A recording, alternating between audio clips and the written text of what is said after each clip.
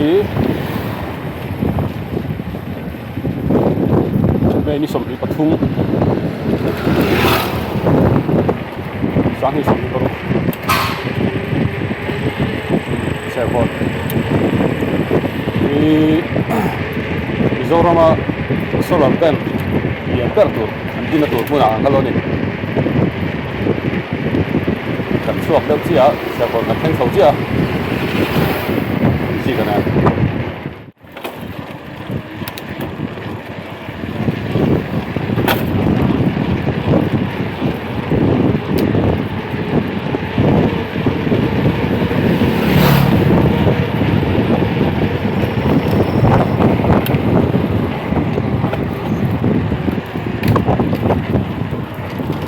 pung pui kan lan theng lo á rốt lang le pung pui rốt lang kan pe pung pui lan theng lo á rồi thì pung pui ri dur tu ra ron hi tan to pung pui po kan lat lut lo ni nghe anh đón đi ron hi tan to đẻ mấy nè nó sao đẻ xương cần tu ít mà tập cái du không po ka thế đâu gì cả số cái to không gặp phía lo mà tiệt mình bố quý em lâu chứ mà đó thì cái là con chua tôi nói thì chân về bột ven nhỉ rồi mi chân đều tổ rồi sưu tấm luôn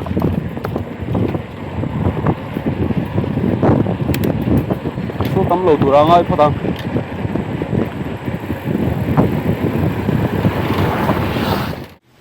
bụng bia rồi sưu hal đèn này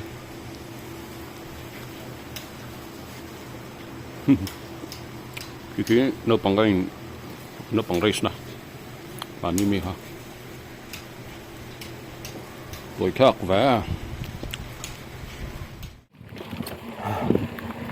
rồi à rồi cái peng lo pu pu à cái peng lại rồi sura mà hay azia le đâu toàn số này ha là gì cả lỗ cái tán bằng băng to còn rồi còn thanh đó rồi chỉ cái đó cũng không thấy đâu rồi nó có bền xuống hơn làm những con viên nhỉ cái đồng hoa còn xuống một bên à công cả nó phải về để xíu thôi công chi mi là lo xuống rồi ha mi đầu cô đấy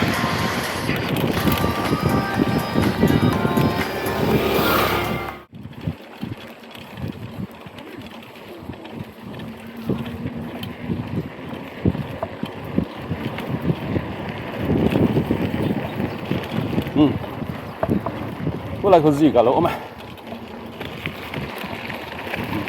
gì cả đồ đỏ bên luôn à đồ đỏ anh đầu tiên tôi nói thì sư lỗ sư cái phát cái phần nó còn có tiền nó sẽ cái lòng phát ruộng cao luôn đầu rồi cái này thì cuộn rồi hay là pet vel khá nia thì nó chụp thả cái này thì mà nó offroad anh cản xích nó vel khá nia chuan he lam pang zoi kal don ni ding lama han velama kal son engineering college ti vel chuan sol lama son ding lam lam kan phelo ni so ta then kan pheng Mizoram solar plant lian ber an bun na tur an enchin don ni ji ka phei chi a an u mangai kong lam pa kan lut thata kong hi nge an don ni wa su chuan diak don khop mai he su na sat chuan su na salo farm se kan ti he ni masani salo tu na ta ki zonin na si a he alap mi seng seng tho tian bo hi a seng kham mani lo a tin hanon ta ve de ka ma ha tra tra gì à khop mai cái tin post ka da sang de wa kan bung bu tha vu vu mai en gala di ka ma công chú anh uổng kia này chú và sủi bắt hóm này nào tôn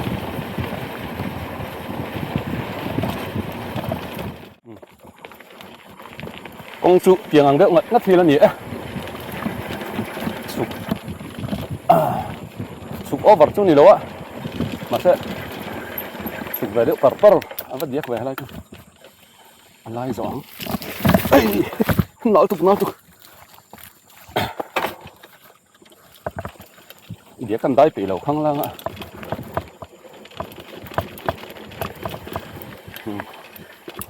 điểm dễ thế lên đi bắt sầu về lại đất mày lại chứ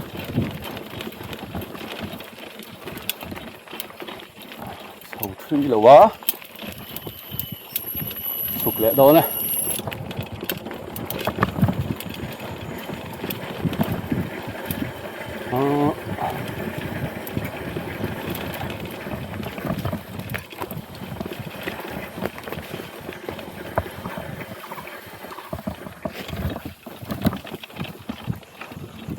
mình ôm một ít sọc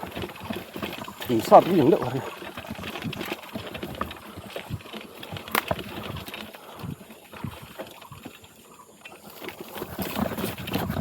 cái là nói về điệu tuổi mám tổ quá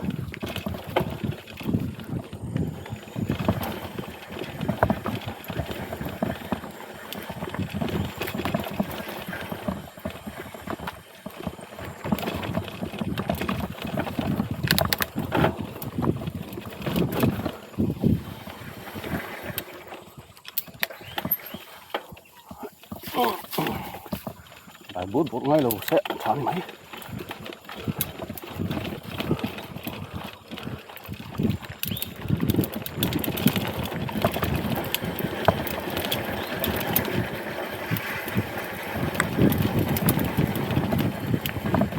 cái là nghe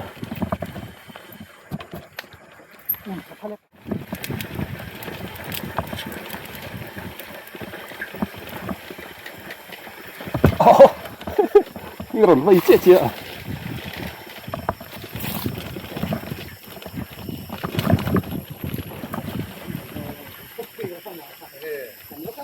bakal mấy nghe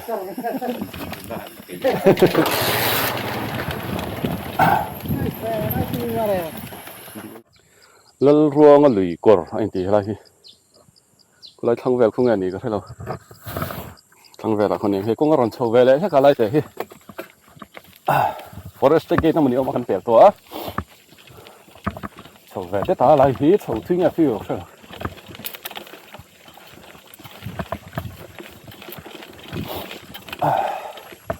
sầu thứ đầu xóm rồi sao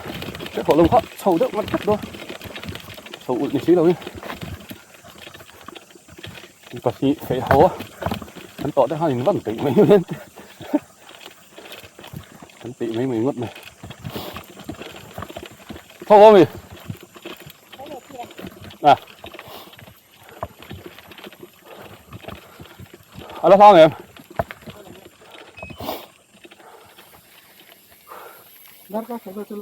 dâu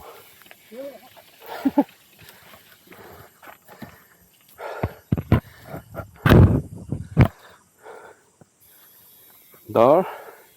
đó thông chết chết thôi nào đó có khẩn ven chết chết này chúng con thôi nào đó có khẩn đấy thế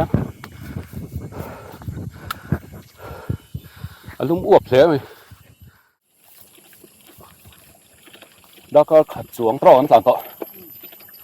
sẽ cần tinh rượu rượu ạ đỉnh rượu này sột mất rồi à đó chứ thanh khát tỏ lông hay ni rồng lằng lại thân thua có bụi chứ là rượu đúng rồi sút tỏ bắc lồng chứ mà số lại ạ số này ta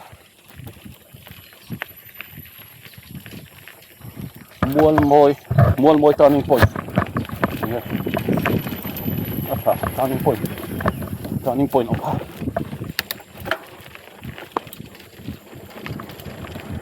cái đỉnh xuống cái thầu xịn sẽ mà nào đỉnh cái râm bốc xịn thôi đuổi ra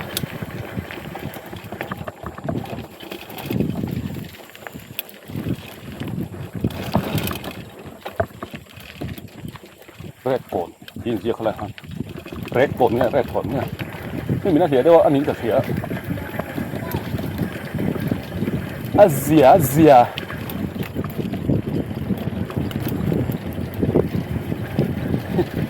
พอ còn làm sao bà bé sao ngay rồi này gì cả nhỉ mò ăn lằng thêmเลยกันทั้งดิ้งลำปังที่คุยว่าตุยขวาโซนเวลานี้จู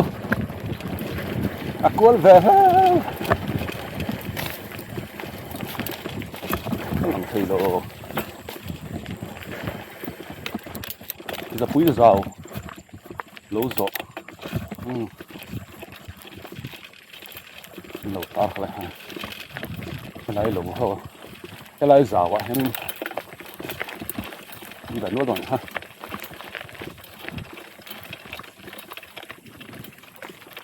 สร้างโดนฮะไม่สร้างลำปังกู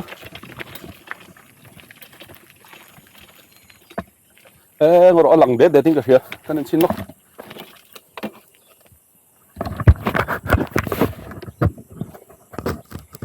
นี่เอ็มแค่นี้เราท่ามันนี่คู่จูหลังพักเราด้วยนี่ตุ้ยขวดตักจูคุยว่าตุ้ยขวดโซนเวลาเทียสิกันกวนเวลฟู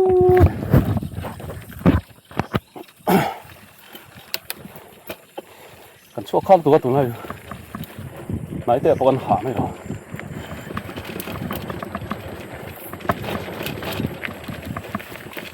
เสาโดนเนี่ยก็เกี่ยวกับเปลี่ยนเรื่องหน่อยจ้ะ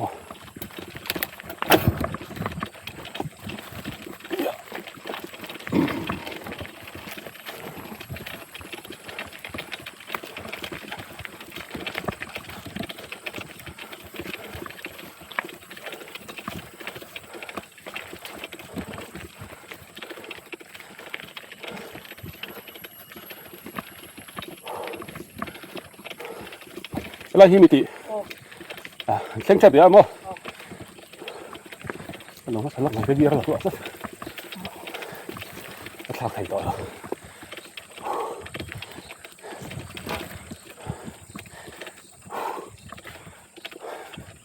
ชูเวสักไหมอ่ะ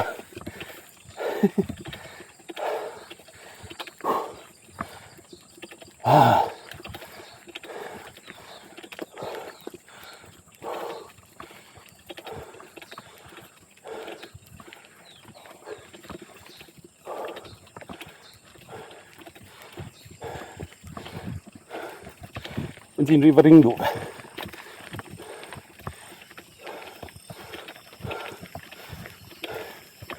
มันซอสน็อตมอยวิวเลย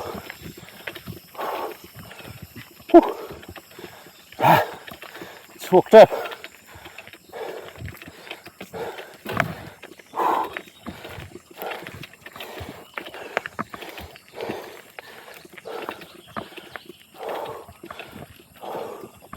number 4นี่ครับชัว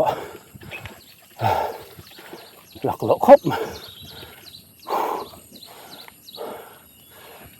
จีกันหลังหลังหาท่าเลย4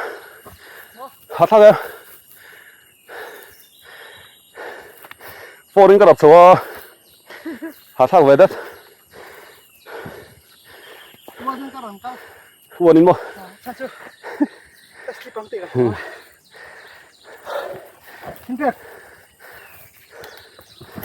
การตีเลี้ยง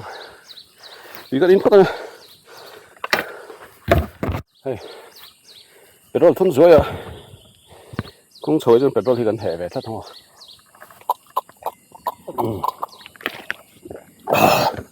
โอ้โฉเลี้ยง number 4พวกยังกันไปโฉเลี้ยงโฉ over mo ทำนี้หน่อย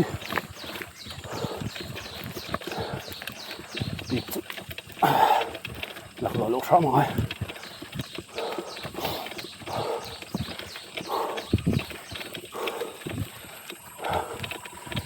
yes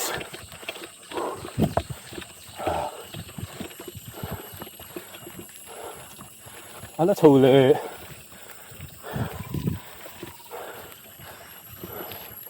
อาจารย์กันล้นถูกเลยตรงนี้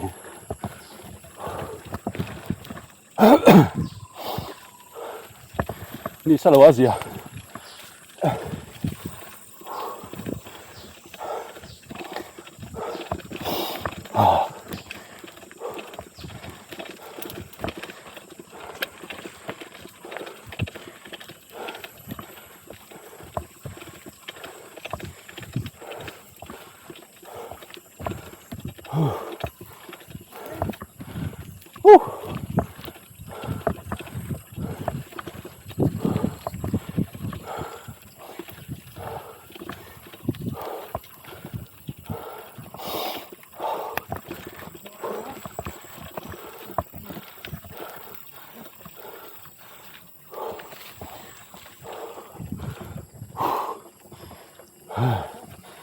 Apa tak apa. Azia azia.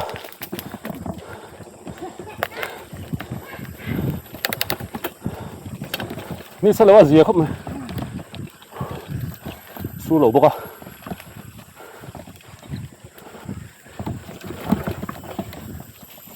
Wow.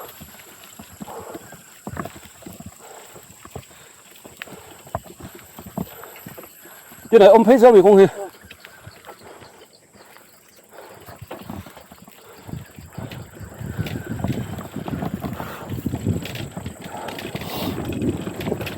Quý lá rất lâu thì được răng sửa rất sắc mà.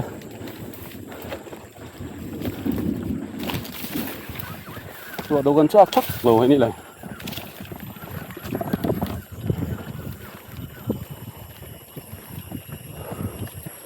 Wow. Apa môi về.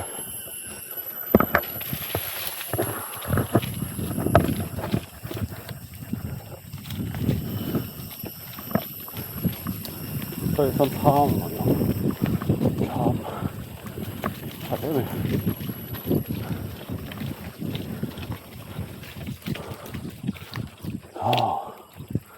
Wow.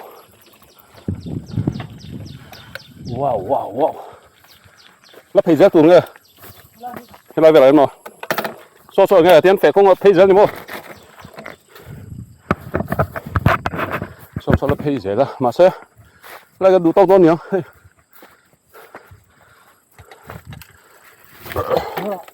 Thấy chín đô mì. Tối thế. Em chín mấy miếng ô. Thuy vắc lâu.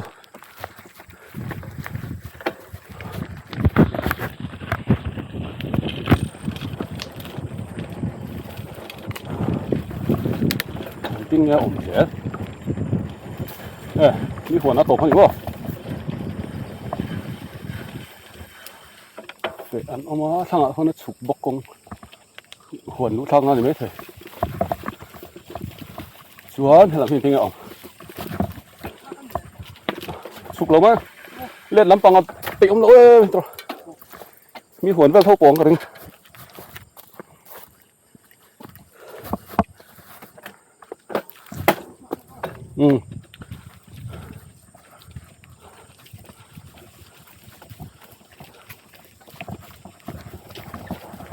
Cái này khá gì lâu mì, thấu xí tem đâu rồi lâu mà phải đâu à. Bị cái này là thấu xí sẽ ra ngăn nồng đấy.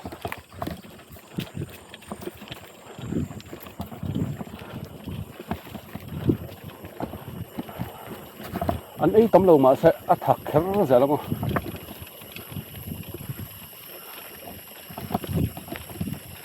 Đây về thì phải ăn mà.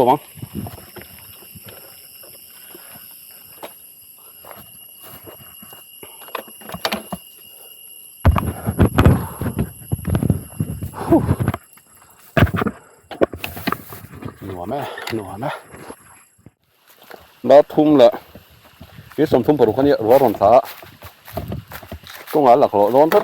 cầm hồn lồng luôn rồi, cho nên sau đây sao mà thôi, nằm lúc ăn.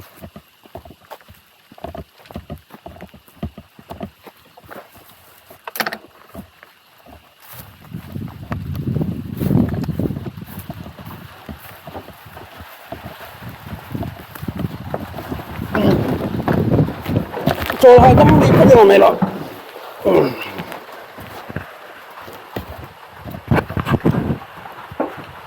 Số cái cắn tí không này, mấy anh phun này thật hả mày? Có bel farm bel này không hả mày thôi? Dali rồi thật chứ? Rồi số ăn ha cả, tụi này là hàn à? Giờ bùi râm mà trên gần hót lẹ đó đi. Ông chú nào về đất đó này. Cho nên đi tới rồn tăng, rồn lăng về lẹ đó đi.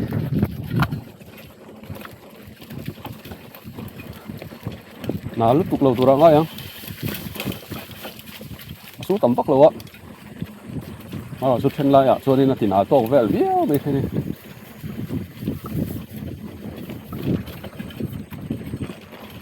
sầu ta nó tầm toán to cơ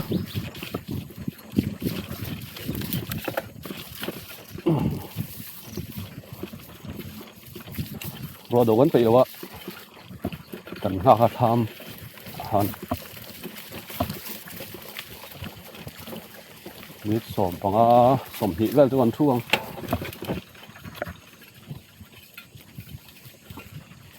bố đồ cái gì đấy ăn luồng khóc này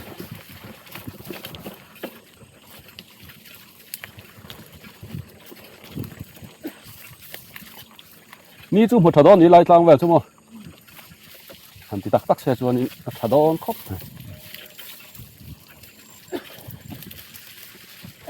thiếu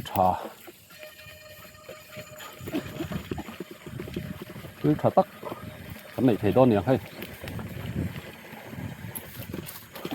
rầu kính mà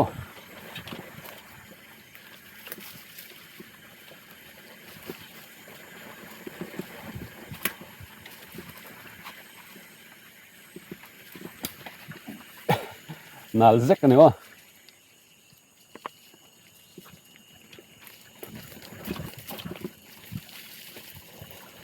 nào to khỏe rất hết tăng đàn thế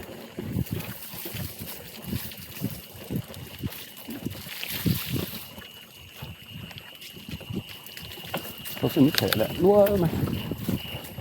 buổi tháp thủy này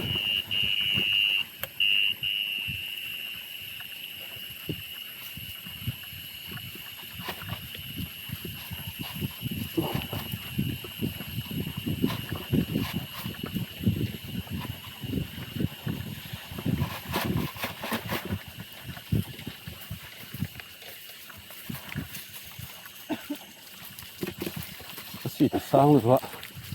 bung bột bung mà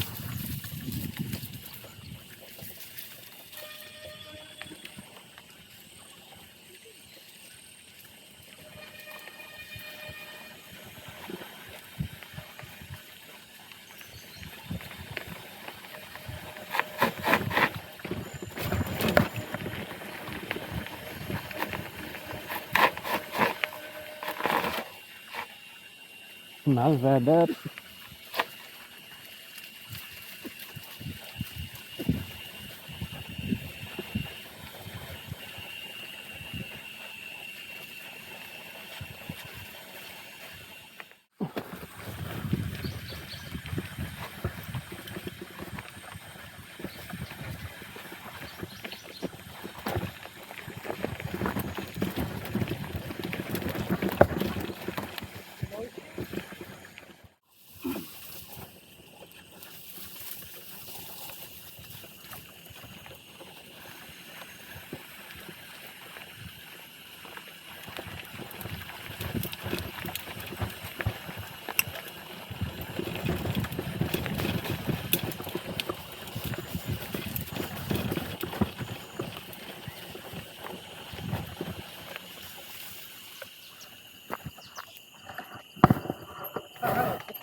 giờ quý giàu lỗ rộ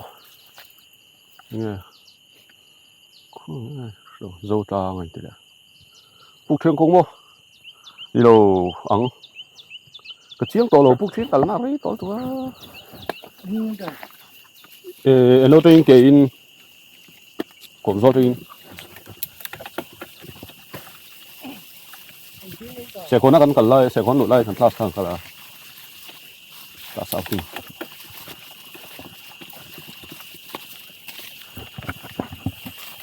cái phật tua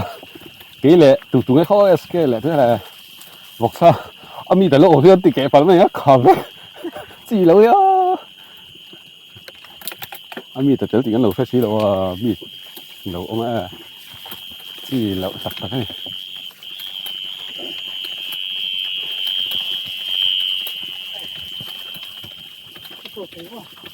thế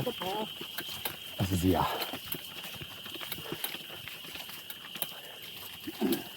cái chả túc tọm này chiều hiếp lúc đó nha rồi cái đó phải ha rửa tay cạn nó chứ mà cạp nó tụi ha với mỗi lai trên lầu đậu thôi chứ cọ chi bên lầuแต่ล่างไปแต่เราchứ cạp nó là tụt nữa và khi lâu sẽ tất bằng rồi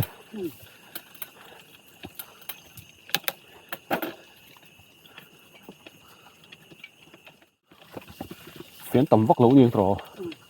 chứมีปฏิบัติขนาดนั้นตกเราแล้ว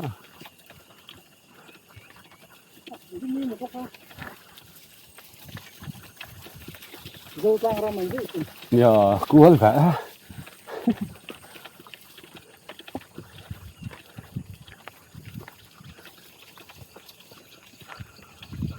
thế này tăng lối sang cổng ấy nó trong lầu thôi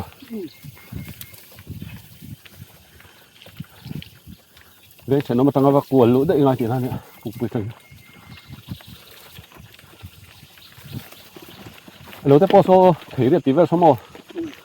ăn ra mà dao tụ đúng lòn to sang thôi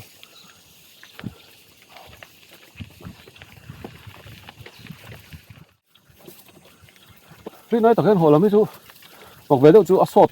phản như một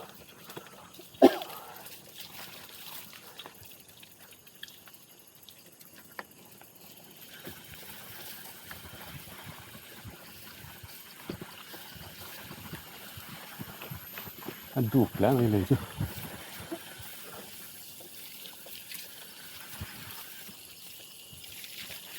cái gì bốn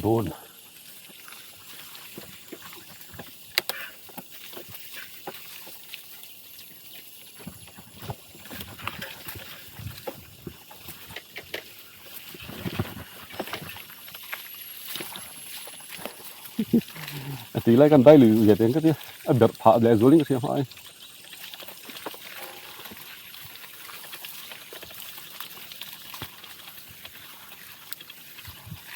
tắm mất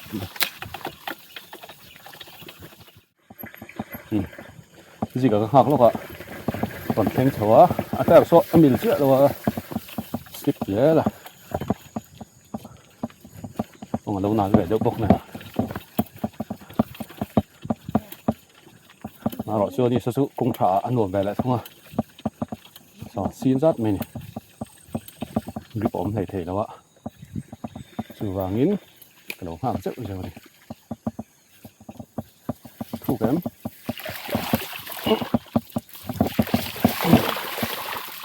thu lắc rồi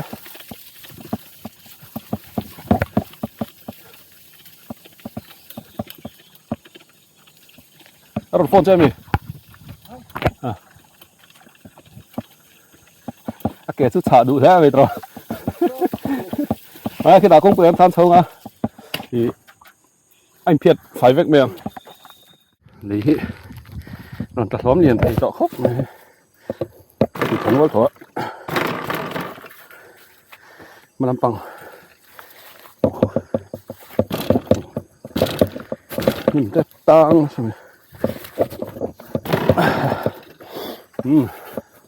hắn sầu léo gì cái mình nó giết lâu thôi thì thấy lâu đi tan chân hậu sa bị bó thành gì mà phiền đủ tụ cái bóng thể đó buổi khác mà sẽ cần thanh phép tổ trong gần here cũng rồi các tội lầu tụ động hay hả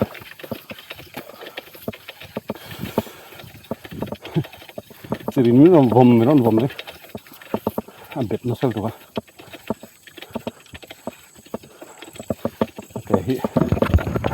chả tụt tỏ hay không cần thịt thả rượu xem thịt phải xén này rồi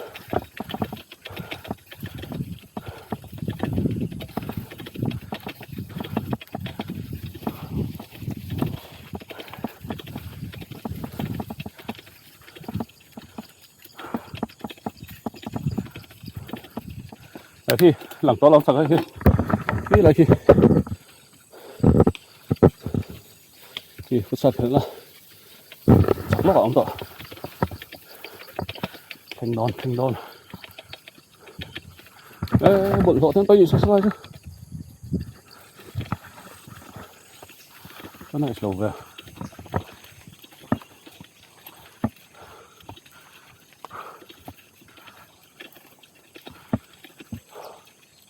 sau này cái chuột sầu lại chốn nấu rôn với cái thanh tùng cái đi chọn cả nó không à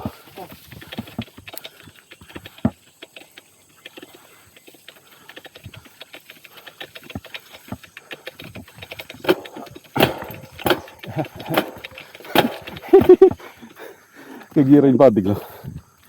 chỉ lì luôn chả phải là ống thắt quay đòn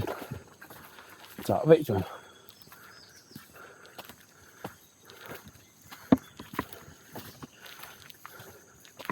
นี่ก็พอเส้นจัดข้ามหันละไม่รู้เลยว่า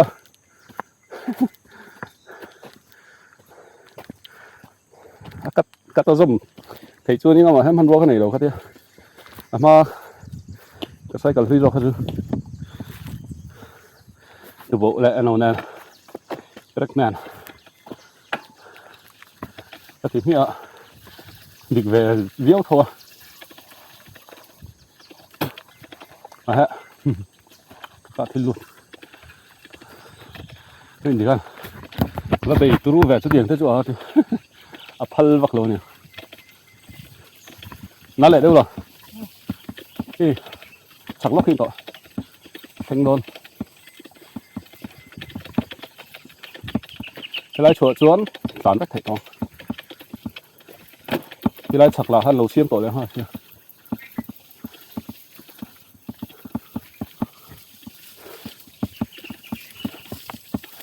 chặt là lầu đó cả lầu đi nữa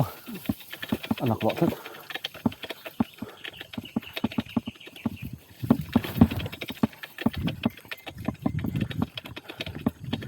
trên đi là về hiện adjust được hết rồi phía liệu chắc chắn là bao giờ anh thu thành sụt này biến lẽ dùng này và trong thằng xin lá địch thành lắm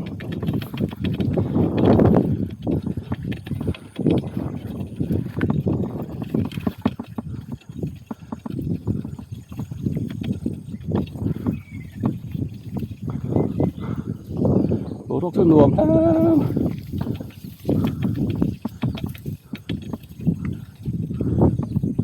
giờ lồng học cả ngày muông sao này còm rô còn thấy sầu ta muốn ra thì thấy mình giờ còm rô chứ muốn mỏi rem ta cái này kì Mizoram State Sports Council anh chị cái ảnh hông tổ không lẩu mình để kể nó nấm lẩu đấy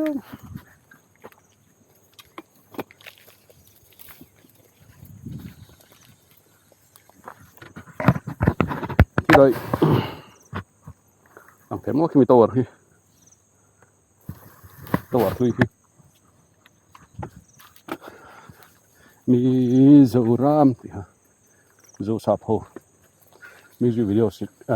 siamna ha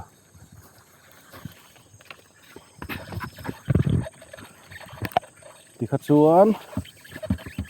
sao không tỏ đâu á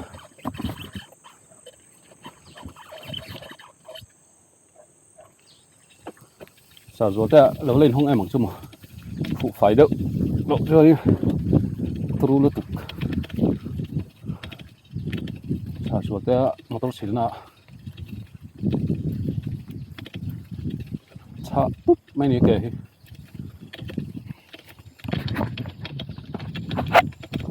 lại chợ hiến gì cả đồng học cái lại cho đồng phán thể phách đồn thua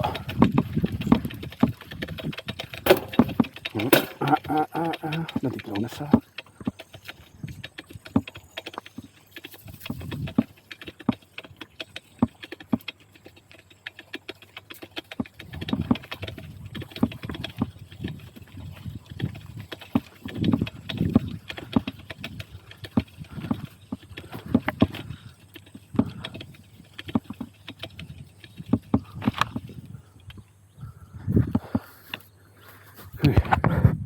đâyนี่กูว่ามีโอ้มอเตอร์ครอสสันๆนะคะอันเนี้ยฟันเทียกเลยตัวเอง เฮ้ยไล่ตั้งเจ้าเสียโดน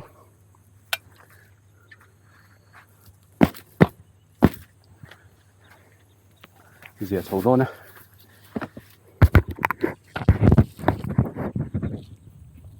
chawang kom zo kan lu te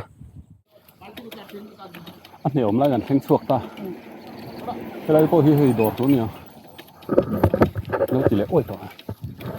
em về lại tiên mà xin tên là gì lùng phun anh ta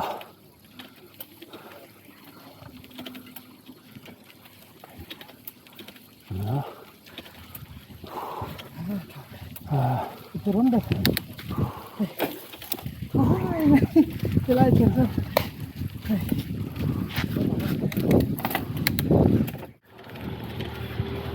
dấu tăng sâu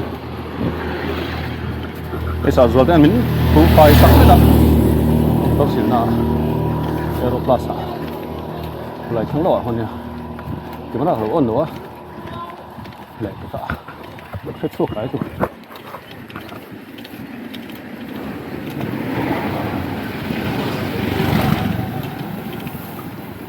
gì cả hơn mỗi mình tạm sao đó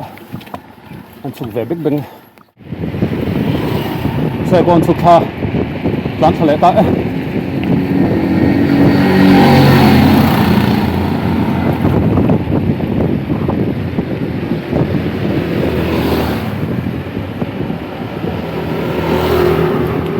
khi bên chẳng lẽ vía mấy thế mày cũng phải bóc xí đó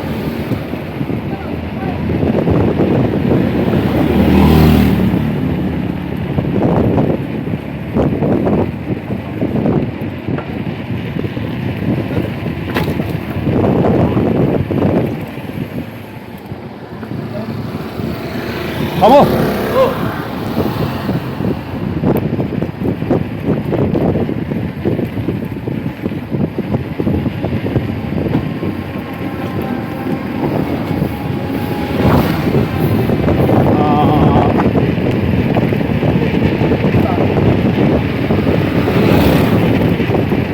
Cắn vòn đây thì mấy anh cũng là hồi mình thì buổi lắm rồi á cắn là mà xuống thế cả đây lẩu té xuống tôm phun nó nó lại à han xuống lẻ tôm phun lẻ chết chết họ không ạ xuống lẻ nhiều rồi và mấy khác khóc này không còn nào bao giờ con thì sẽ lại hiện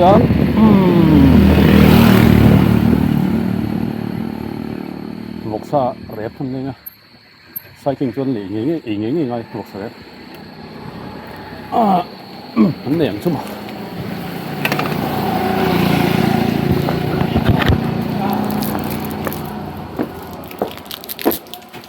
cái nào em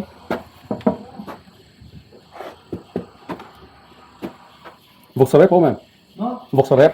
em vừa dùng không sorry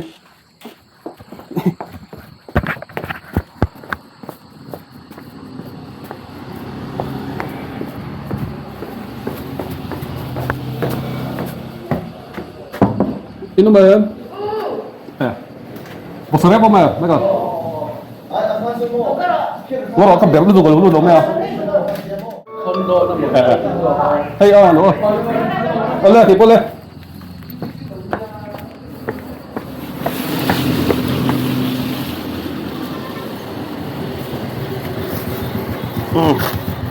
một sợi, sai chừng trong một sợi, không phải ngủ mà.